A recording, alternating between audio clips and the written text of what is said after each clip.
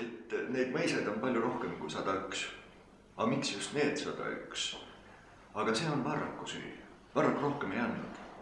101 ja kriips vahele.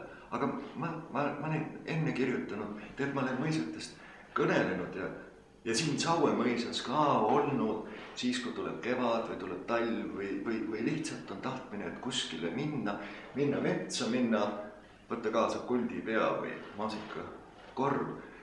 Ja mina jätkaksin seda tegevust nüüd jälle, et seda mõisate tegevust, sest mõisad ei ole surnud. Mõisad ärkavad koos inimesega hommikul ja lähevad õhtul magama ja iga mõis on nagu luuletus.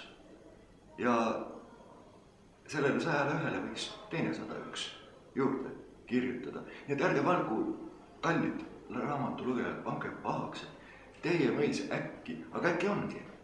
Et kui te neid raamatu lahti teete, siis te näete, see on väga subjektiivne valik, see on nii mitmetest mõtetest tingitud.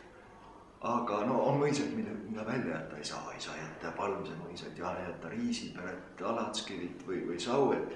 Aga paljud on sellised õrnad kohad.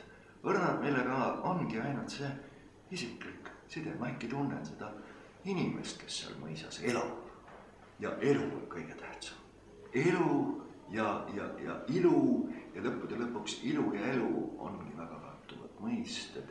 Ja kui need veel omakorda kokku panna, siis ongi see tõde, mis on ühelt poolt kuskil taevas, sinises, valges ja teiselt poolt mustas, mullas, mida tuleb ikka ja jälle uuesti künda. Nii et head kündmist teile ja nii nagu ma raamatuski ütlen, et kohtume mõisaväravas. No nii, kella 10 paiku või natukene, 5 minutit enne.